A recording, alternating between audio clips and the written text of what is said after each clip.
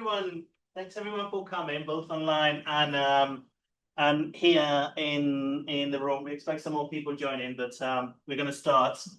So we are having this session today where we're going to talk about the role of UN treaty bodies in holding the states to account and in pushing the boundaries of international human rights law. So we're going to do it with covering two topics with two examples. So both topics, the role in human rights law promotion and the role of UN treaty bodies in holding states to account. And we're going to do it with two examples from last year, from 2025. The UN Committee on ESCR, on Economic, Social and Cultural Rights, adopted their general comment on sustainable development and ESCR, Economic, Social and Cultural Rights, and also completed the review of the United Kingdom last year. It was a long process that took several years and there were delays, and I'm sure we're going to spend some time talking about that.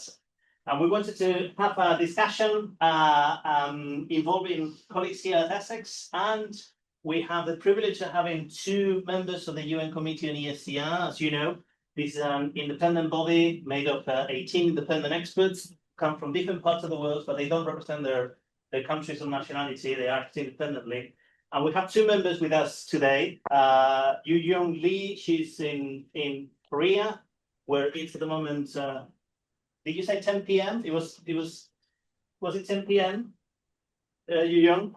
Yes, this is it's 10 p.m. 10 p.m. in Korea at the moment, and we have Julieta Rossi from Argentina, where it is 10 a.m. At the moment, and we are more or less somewhere in the middle. So hello, for those of you who are following us from the Asian part of the world, good evening to you. And those of you following us from the Americas, good morning to you. We are more or less in the middle. Those in Europe and Africa, good afternoon to you all. So we have Julieta Rossi and Yu-Young Lee from the UN Committee on ESCR. And we have with us today also Judith Bueno Mesquita and Clayton Field. They are colleagues of mine here in the law school. Many of you in the room know them. They work on issues of international political economy, international law, human rights, sustainability, the environment, right to health environment, socio-economic rights. So we're going to talk about both issues. We're going to divide it in two, as I said. First, we're going to talk about General Comment 27 as an example of pushing the boundaries of international human rights law and why the committee decided to focus on this topic and what was the process, what were the contributions that were made from Essex. We're going to hear both from Julieta and Yu-Young and from Clayton and Jude about it. And then we're going to move on to country monitoring. Well, again, we're going to hear from Julieta and Yu-Young about the UK case. And then I will share a couple of reflections about that process because I was quite involved, as were many of the people in the online, following us online. So we're going to make sure that within the 90 minutes or so of the session, we have some 40 minutes or so for Q&A and comments and challenges. Okay, so let's start then. I'm gonna keep accepting and meeting people manually online, and I'm gonna check the chat as well when I shut up.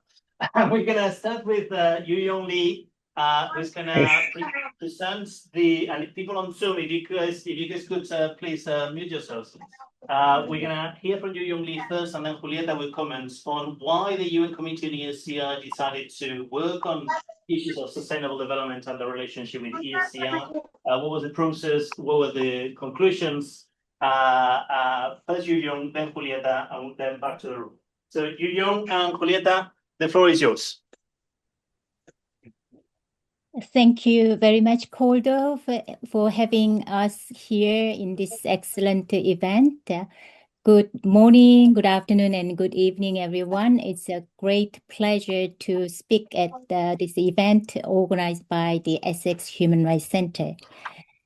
And I'm going to introduce the general comment on economic, social, and cultural rights and the environmental dimension of sustainable development, which was adopted in September 2025, after several years of deliberation.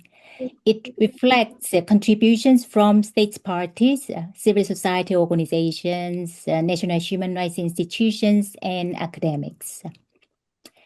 Concerning the general comment number 27, I'm going to cover essentially three things. First, the background, why the committee felt compelled to develop this guidance now. And second, the interpretive approach, how the committee read the covenant in a new light. And third, I will highlight some of the key substances of the general comment. The starting point is the dominant development paradigm and its consequences for the realization of covenant rights. As you know, for decades, the prevailing assumption has been simple. Economic growth will improve living conditions for everyone. Growth will trickle down. All will eventually benefit. However, under this paradigm of development, unsustainable patterns of production and consumption has become the norm, built on fossil fuel dependence, rooted in colonial era resource extraction, and operating without regard for equal distribution or ecological limits. We are now living with the consequences: worsening environmental degradation, the interlinked crisis of climate change, pollution, and biodiversity loss is pushing us toward irreversible biophysical tipping points, which scientists call planetary boundaries. And these burdens are not equally shared. People in marginalized situations bear the greatest burden despite having contributed the least to the problem. Human rights discourses have not escaped this paradigm. GDP growth was treated, although implicitly, as the necessary condition for progressive realization of the rights. The covenant was adopted in 1966 at a moment when concerns about unlimited growth and ecological limits were inadequately addressed in international law. And 60 years on, now the committee felt that the covenant must be reinterpreted to guarantee the equal enjoyment of rights for all, including future generations, in the light of the ecological limits. Then what guides and informs the interpretation of covenant in the context of environmental degradation? First, the committee reads the principle of universality as requiring sustainability. If rights belong to all people at all times, then intergenerational equity is not optional. It is structurally required by universality itself. Second, the general comment recognized the right to a clean, healthy, and sustainable environment as both an autonomous right and a right inherent to the covenant as a whole. This right informs the interpretation of every other covenant right. Third, the committee adopts a systematic interpretation, drawing on relevant rules of international environmental law, including the principles of intergenerational equity, precaution, and common but differentiated responsibilities and different capabilities. The committee reads the covenant as an instrument which is in active dialogue with other relevant international rules. Then how does this interpretive framework translate into concrete obligations in light of environmental degradation? We cannot cover all substances, so let me highlight a few. The concept of a progressive realization, minimum core obligations, maximum available resources, and extraterritorial obligations. Progressive realization entails the principle of non-retrogression. The full realization of covenant rights must occur within the planet's ecological boundaries. Therefore, measures addressing excessive consumption should not be considered retrogressive. On the contrary, where a state takes measures that sustain or actively promote consumption patterns that cause significant environmental harm and undermine rights over time, that may itself constitute retrogression. This interpretation has significant implications for how we evaluate public policies. On minimum core obligations, every person has a right to a minimum level of food, water, housing, and health, and states must ensure it. This is little contested. But does the covenant also impose a ceiling, upper limit? The planet resources are finite, and when a small minority consumes without limit, the capacity to guarantee that essential level, the floor for everyone else now and for the future generation, is undermined.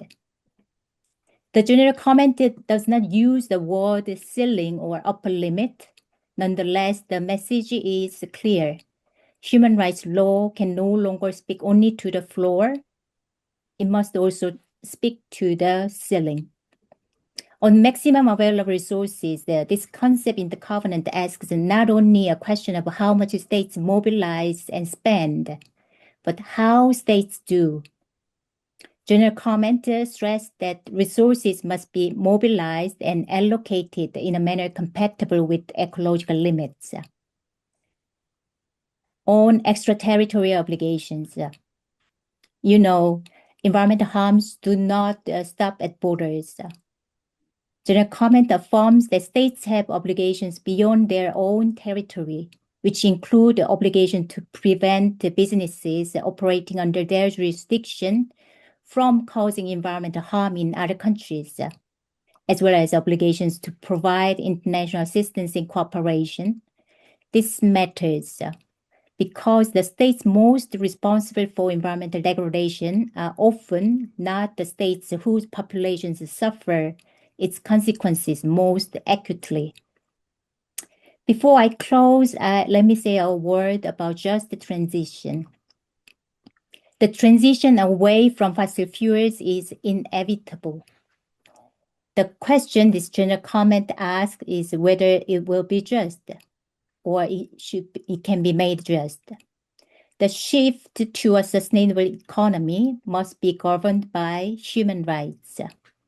Transitions impose costs, and those costs must not fall disproportionately on workers, low-income communities, people in vulnerable situations, or developing countries. I quote from the general comment, a transition to an economy that is centered on human rights and the well-being of the planet is imperative to ensure equal enjoyment of human rights within the Earth's ecological limits. I unquote. Thank you very much. And Julieta, floor is yours. Thank you. Thank you. Thank you very much, Yu Yang. And thank you for the organizers of the event for the invitation. It is an honor for me to be here with you today, especially to Koldo Kasla. I would add to what Yu Yang has said that this general comment should be read in context. I thought it was interesting to maybe add a bit of other developments that has occurred during the last years. I think it is important to take into consideration the normative progress made in different legal systems regarding the protection of the right to a clean, healthy, and sustainable environment, and states' obligations regarding particularly the climate emergency. That is maybe the most important and radical threat that we are facing today.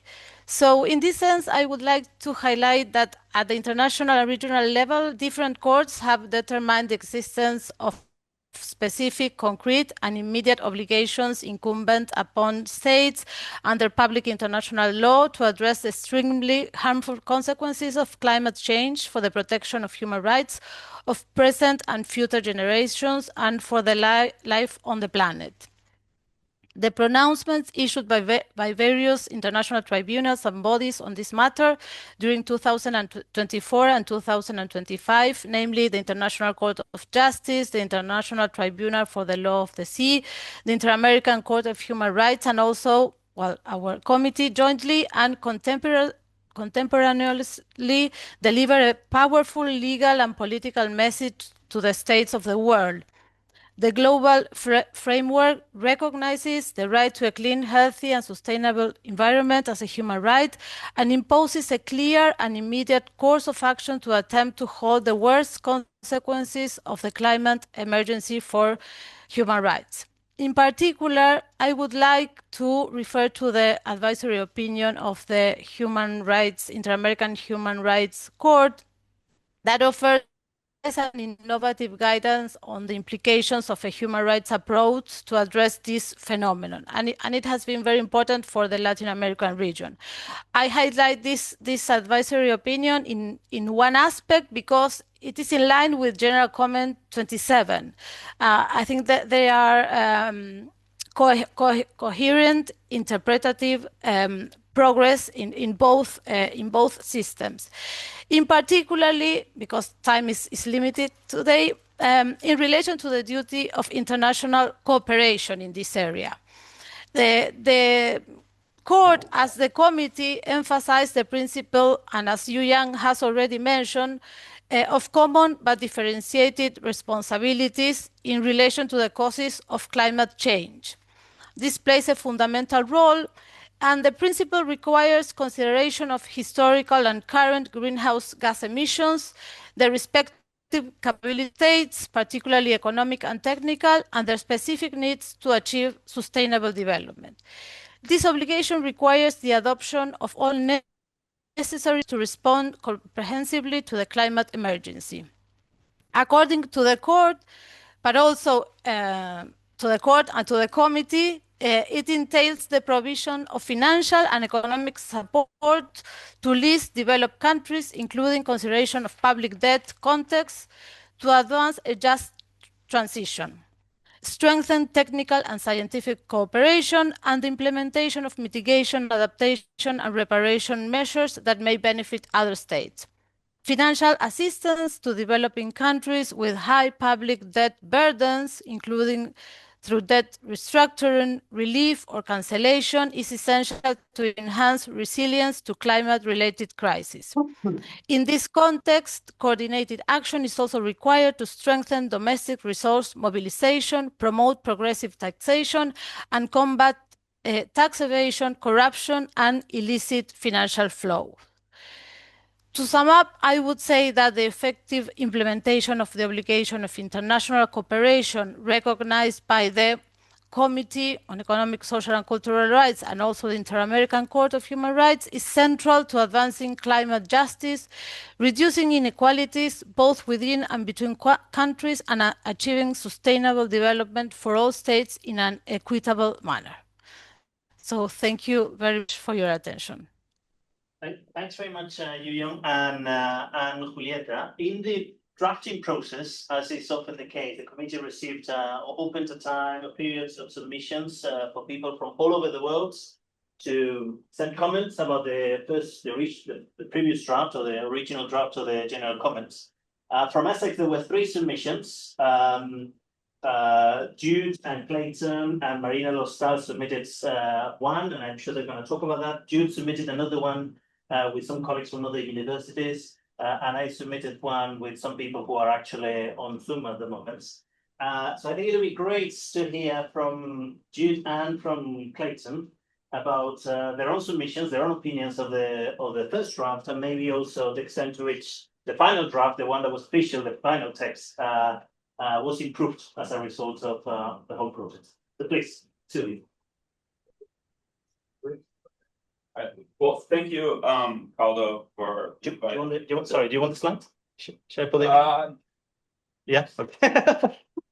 Yeah, thank you for inviting me to this panel. I'm happy to be here. I have a little bit of an imposter syndrome around human rights people because I don't consider myself that much of a lawyer or a human rights lawyer, but I do research primarily on sustainable development and international economic law.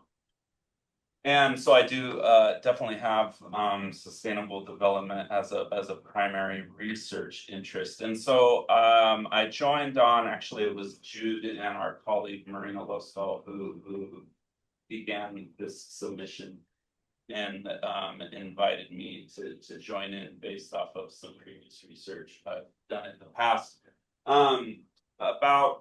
So obviously, I'm fully on board. I think we're all on board about what's in this comment.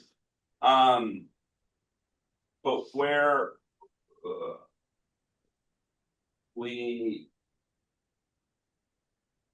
base our critique is basically around, and it's kind of maybe even an unfair criticism because we're talking about international law and UN, and these are politically neutral institutions to a certain extent, but that is precisely, I guess, the issue here when we're speaking to issues of sustainable development is not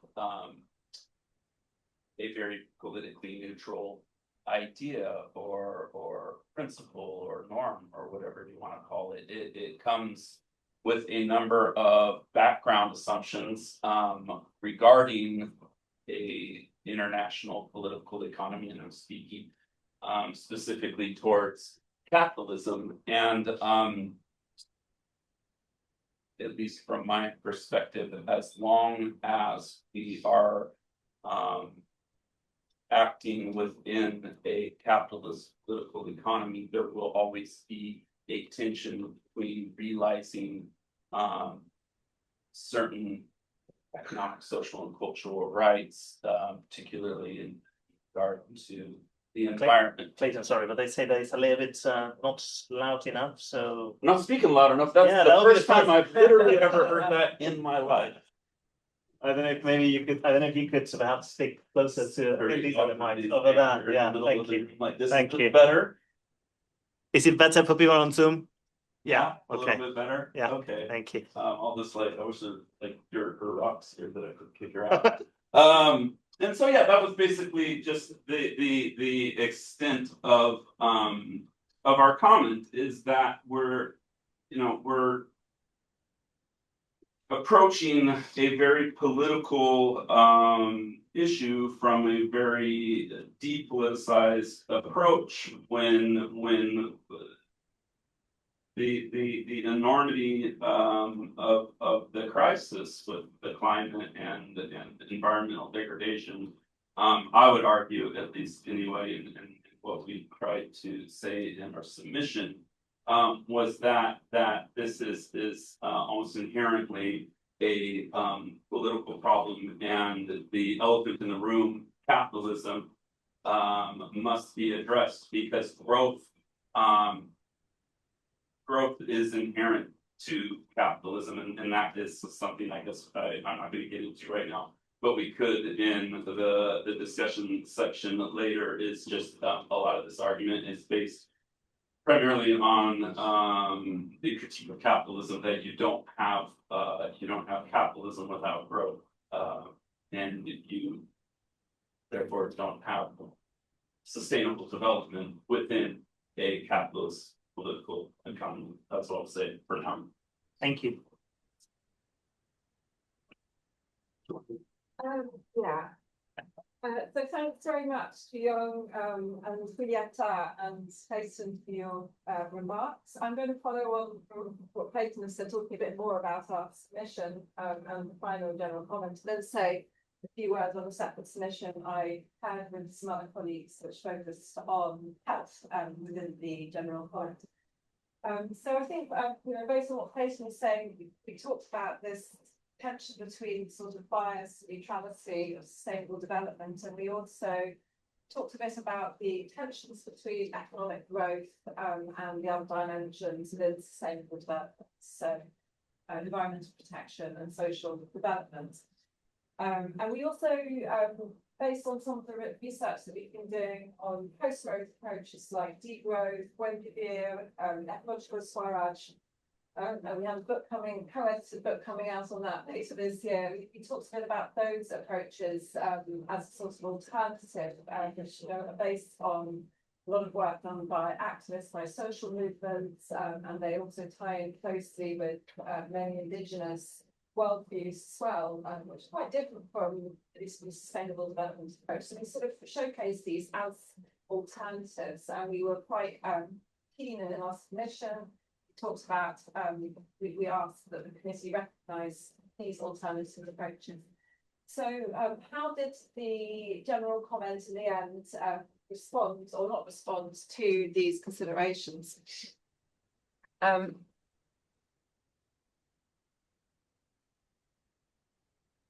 Well, I think for us it was a sort of mixture of kind of positive and less areas where there was sort of alliance, what we were saying with general comment, and there were some areas where there were still tensions.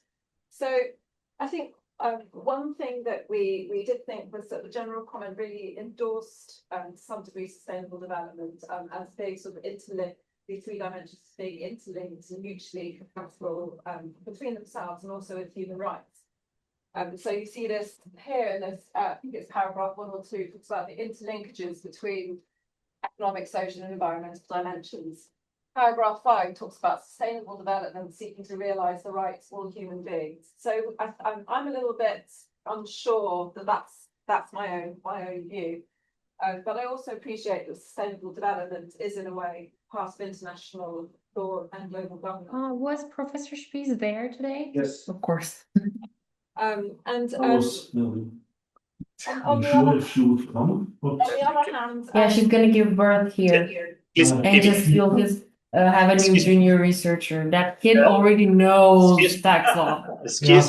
excuse me, you could please mute yourself, unmute. already has more days at the view than he. That's for sure. Uh, Because she although goes to that- kindergarten here anyways. Oh, sorry, yeah, there you go. Okay, okay. so keep going. All right.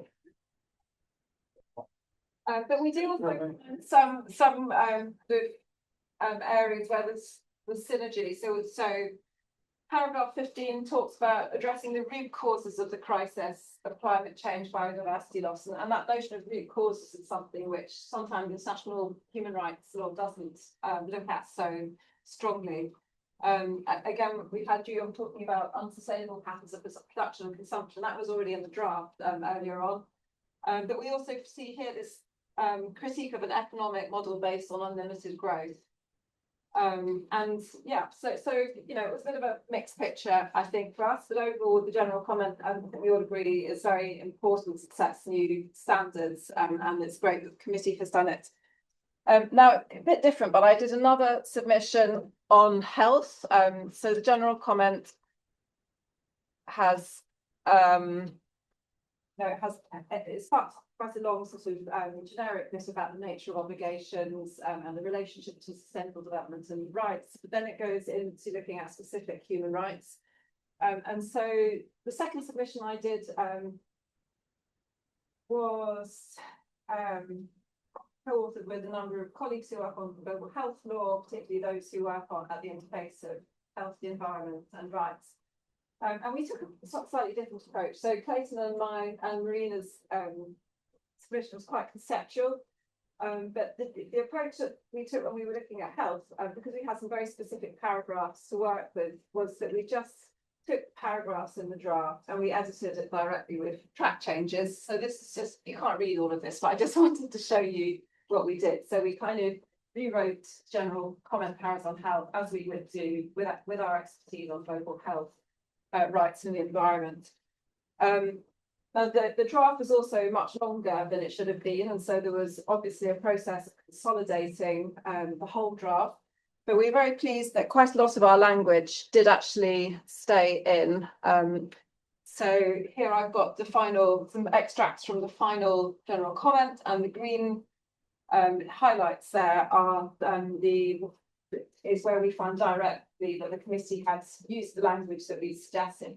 And I think there's a couple of quite important things that we suggested, which I sort of knew or slightly push new boundaries in the committee's work. And I think perhaps the most important of those, I can't now say it on the screen very clearly, but it's we asked the committee to recognise the concept of planetary health. So when the committee has been talking about the right to health, generally it's been quite anthropocentric, looking at the health of humans. We also obviously have the right to a healthy environment. But in the field of global health, there's a concept of planetary health, which has become quite widespread now, which is a concept that recognises human activity and how that impacts on the health of the planet and how that then impacts on the health of humans. So here we have, I think, the first time, to my knowledge, that international human rights law recognises planetary health as a concept.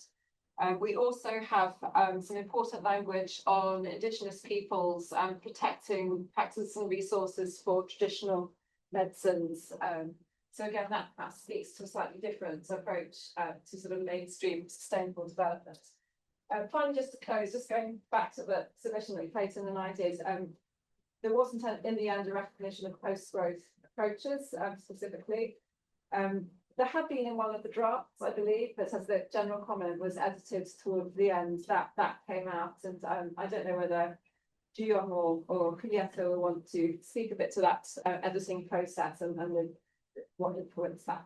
But anyway, it was all a good experience, and it was a great honour, pleasure to work with different colleagues and with the committee members to help adopt this general comment. Thank you.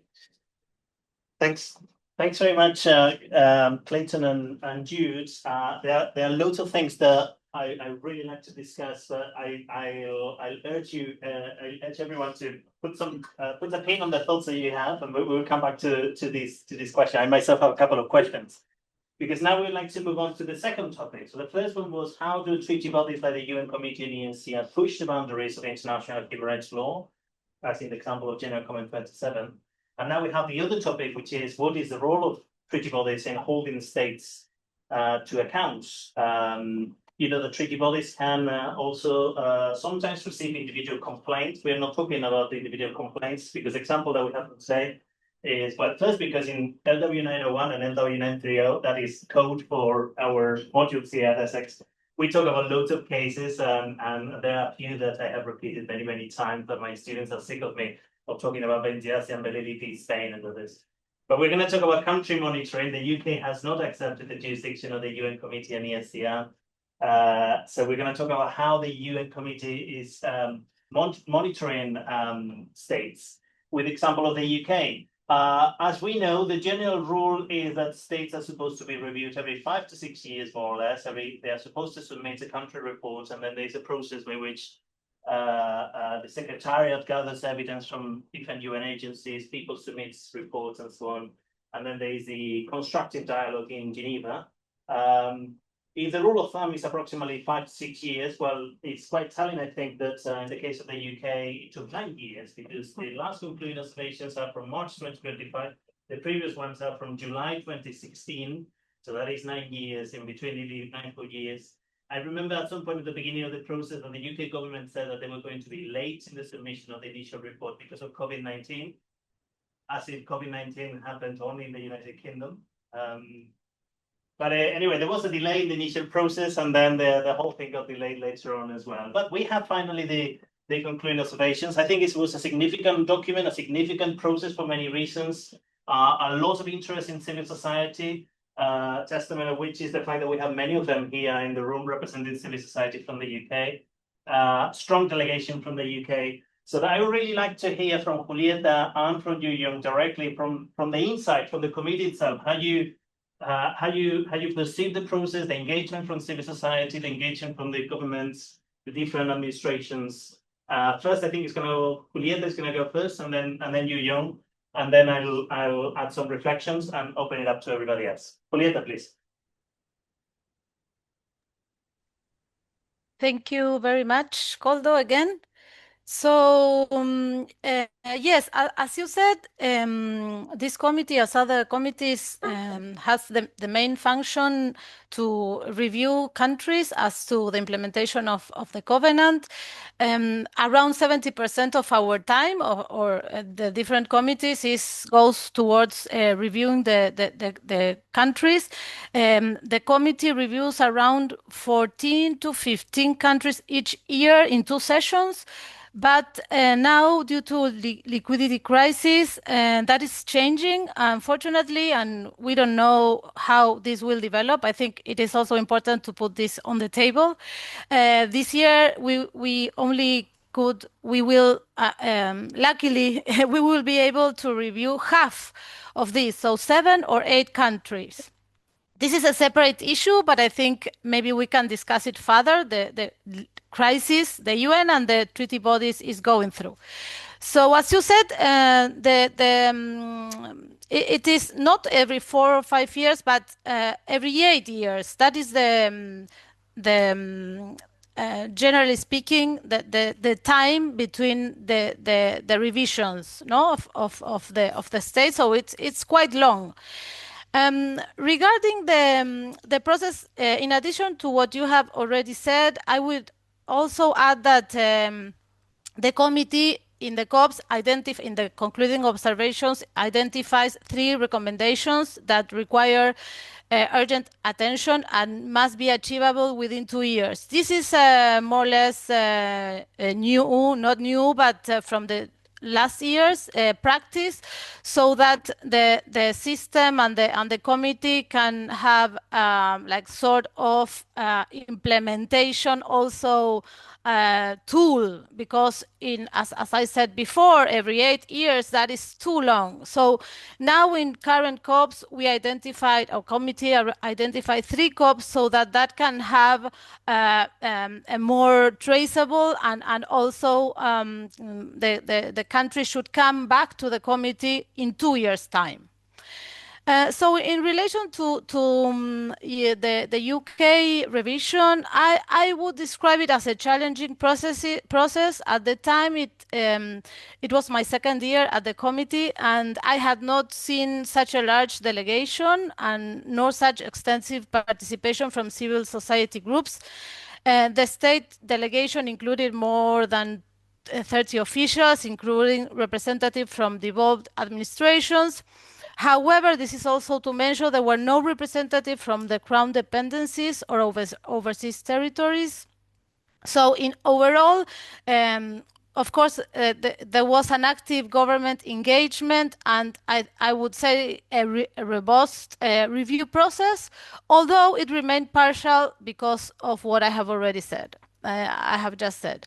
Another important element was the complexity of the United Kingdom governmental structure, the metropolitan territory of the United Kingdom, England, Wales, Scotland, and Northern Ireland, as you know better than me, the self-governing Crown dependencies and the overseas territories.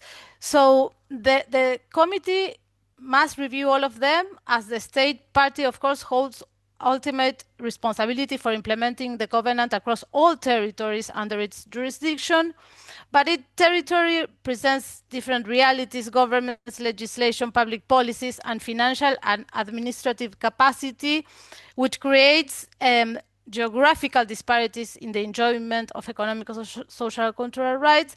And in a way, it was like reviewing several different countries at the same time.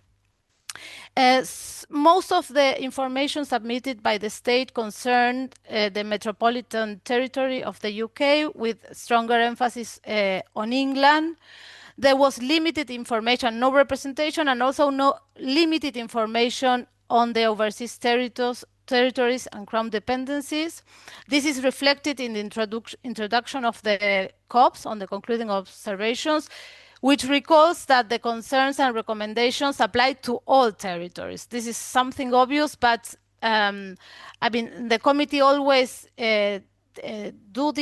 does this when this type of structural government this type of structure comes into play. Regarding the review process, the information and meetings with civil society were particularly relevant, I would say. I would highlight the strong coordination among civil society organizations, which proved to be a key strategic element for advocacy. There was particularly a joint submission coordinated by Just Fair that was really very key, because it systematized the most important issues regarding England situation in particularly, and meetings with committee members were very well organized and convey clear messages. Another important element was the possibility of hearing first-hand testimonies from affected individuals and communities, which is not very common in Geneva. Usually, organizations coming represent victims rather than having the possibility of being there directly. So for the committee, this possibility is very valuable. And the messages from them really reach committee members, I will say. The COPs intended, I mean, as you mentioned as well, it is I will say it's a substantive document. It intended to include the most pressing and key issues and serious concerns regarding lack of implementation of the covenant, which were, I would say, were a bit shocking, considering UK is one of the richest countries in the world, the largest economies, rising poverty across regions, and with disproportionate impacts on vulnerable groups, particularly children, female-headed households, persons with disabilities, ethnic minorities and migrants, socioeconomic and gender inequality, lack of affirmative action measures to address structural inequalities, constraints in social security support, limited resources to the children's social care system, precarious living conditions and homelessness, increased reliance on food banks, inadequate funding for the health sector, and on the basis of all this, an insufficient tax base and fiscal space for realizing covenant rights. I mean, this is, of course, it's not comprehensive, but the situation we face, it was quite shocking, and as I said before. Regarding the COPs in particular, I would say that as we have or we could count on very precise and detailed information, this enabled the committee also to formulate concrete and, in my view, useful recommendations that can support follow-up advocacy by civil society and other organizations at the local level. I think that is key also, because the system is not prepared, as I said before, to I mean, there are not very good tools to do the monitoring and for the implementation of the COPs. So having specific recommendations that then can go to the national level, and then having good civil society groups, strong civil society groups that could push for those COPs, I think that is key. No, so in this sense, the committee aims to provide clear guidance to states on policies that should be revised or on elements that should guide the adoption of public policies, while of course recognizing that states retain a margin of appreciation provided their actions remain compatible with the covenant. No? In the UK specifically, for example, the COPs identify specific social security policies as incompatible with the covenant, and recommends the reconsideration of the 2-child limit, the benefit cap, and the 5-week delay for the first universal credit payment. This is as very specific recommendations. Also, the committee refers to particular law in relation to the right to housing. It recommends the repeal of certain legal provisions that undermines the traditional way of life for Gypsy, Roman, and travelers. That as another example of a very specific recommendation. In addition, the committee recommends reviewing certain tax policies, including property tax rates and the tax exemptions granted to real estate investments trusts. And second, I will also say that the committee addresses both domestic and extraterritorial obligations. If you go through all the COPs, you will see that, of course, main issue are state obligations regarding persons, individuals that are within their borders, but also, and I think increasingly, the committee is addressing also extraterritorial obligations. So those that has impacts beyond the borders of the state party, particularly considering, for example, business activities, also considering effects of tax policies, and also regarding the state responsibility within international financial institutions, such as the IMF, regarding the human rights impacts related to the debt processes in developing countries. So that, I think, it's another level to read the COPs. That I think it was important to bring to the table. And finally, I will mention that there is also a transversal duty identified by the committee several times in these COPs. That is the duty to realize human rights impact assessment to better inform public policies. That I think that is a key element as well. Many times there is no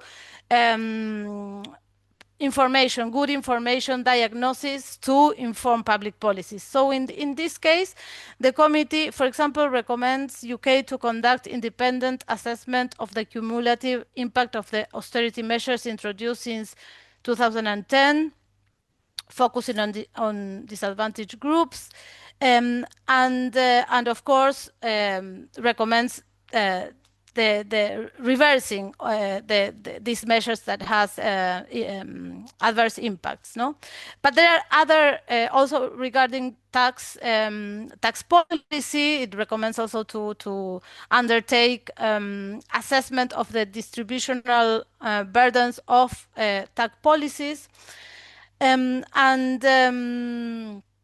so I think this is also an important common obligation that you can see. And finally, to end, I go back to the issue of implementation, the implementation phase.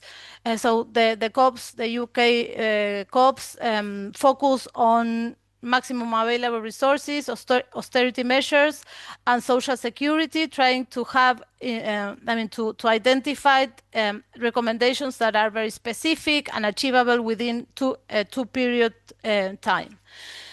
So that was our thinking when identifying and selecting those three COPs.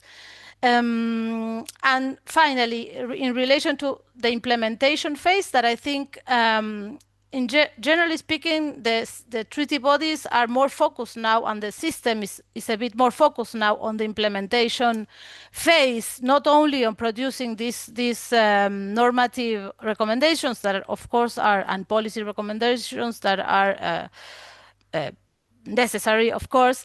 So I would end saying that within the High Commissioner there is this promotion, or it promotes the adoption by state parties of the national mechanisms for implementation, reporting, and follow-up.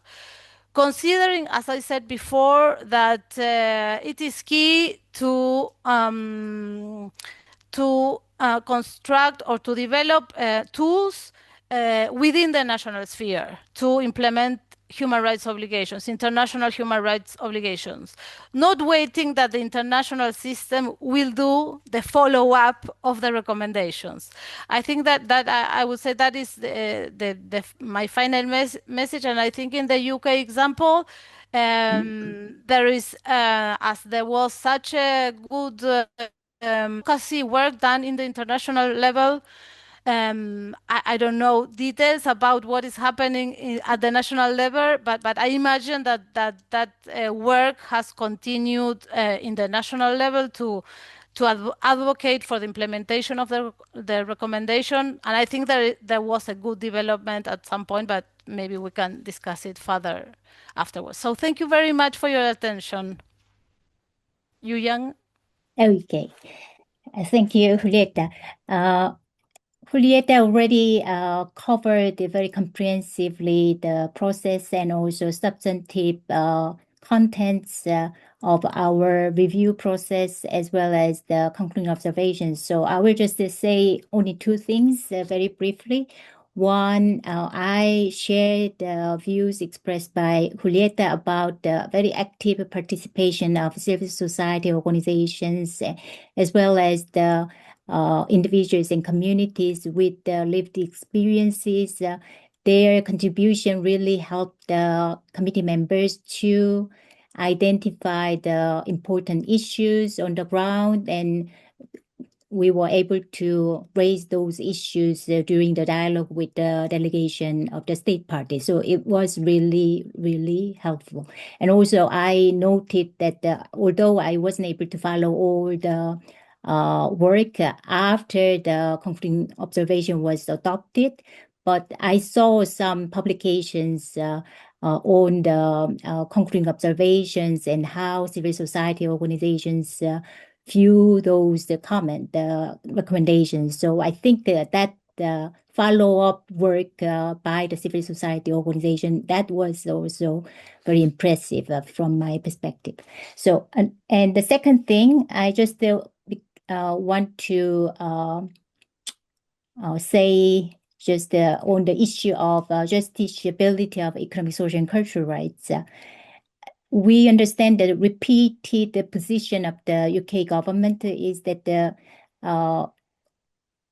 UK does not need to incorporate of the covenant into domestic law, because without it, still the government can fully implement the covenant. That is the position expressed by the government. But at the same time, State Party also explained that the long-standing constitutional position is that the domestic courts cannot enforce unincorporated treaties, which means that rights in the covenant are not justiciable. So in concluding observation, we had to press again that the State Party must take measures to give full legal effects to the covenant, and also to ensure that the victims of violations of ESCR have full access to effective legal remedies.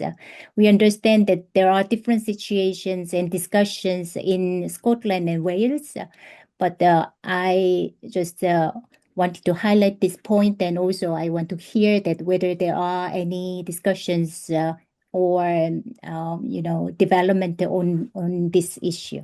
Thank you very much. Thanks very much, Julieta and Yu Young. As many of you know, the Essex Human Rights Centre has a project called Human Rights Local that intends to make human rights locally relevant in different parts of the UK. And as part of Human Rights Local, we submitted evidence to the UN together with a bunch of NGOs and community groups. We are founding members of a partnership called GRIP, which stands for Growing Rights Instead of Poverty Partnership. Made of groups that put lived experiences of poverty first in the advocacy for human rights. And together with groups that are part of GRIP, we submitted some evidence. So I was very keen to see the process by which the UK was being overseen by the UN committee. I remember at the beginning of the first day of the session, the chair of the committee said that he believed, or maybe it was a country rapporteur, I don't remember now, that he believed it was the committee had never received as many submissions from a single country in the 30+ years of operations of the committee, which I think is quite significant, coming from a country that has had a long-lasting tradition of rejecting ESCR at the UK government level as human rights.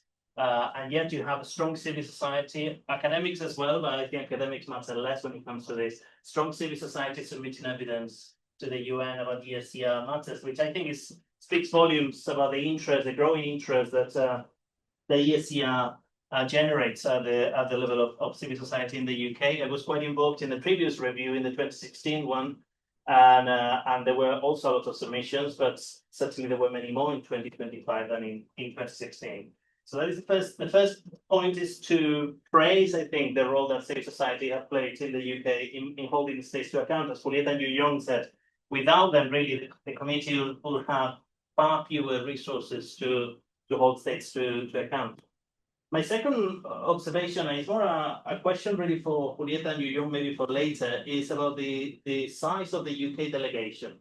So you said that there were 30 people or so coming from different, from the UK government, from different both administrations. They were from Wales, they were from some of the islands, from the UK government, from the Scottish government, from Northern Ireland.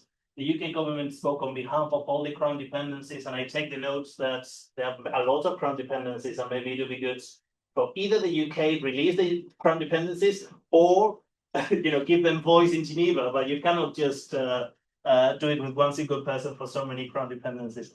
But I take that point. However, my question is more maybe for later. The UK is not the only federal, quasi-federal state in the world. There are many federal countries in the world where responsibility for ESCR matters is evolved, there are competences that go that are federal, that are regional. So I wonder how other federal countries, when they come to Geneva, whether they invite the regional governments to be present, or whether the government from Germany, the government from the US, not the US, from Germany, from Spain, from Italy, they represent the whole of the UK, both federal and regional. You can talk about that later. That'll be great. Regardless, I think it was a very strong delegation in terms of numbers. That was quite impressive. You talked about national implementation and civil society as part of the Human Rights Local. Actually, last November, I think it was. There were a bunch of us were meeting with the Ministry of Justice precisely to inquire how they were going to implement the concluding observations. And I know that some of the people who were with me meeting the Ministry of Justice are on Zoom, and I would like to hear from them what they thought about the substance of that meeting, so I don't have to say it myself. The issue of justiciability is another one. Like, the UK is quite consistent for 30 years or so. Every time they've been reporting to Geneva in all the different sessions. This one was the sixth or seventh, I think it was, right? The seventh one. So all of them, the UK government has been consistent in saying we don't think that the ICSCR needs to be incorporated. We think that our mechanisms are fine. ESCR don't need to be justiciable. So they have maintained this consistently with different political parties in power.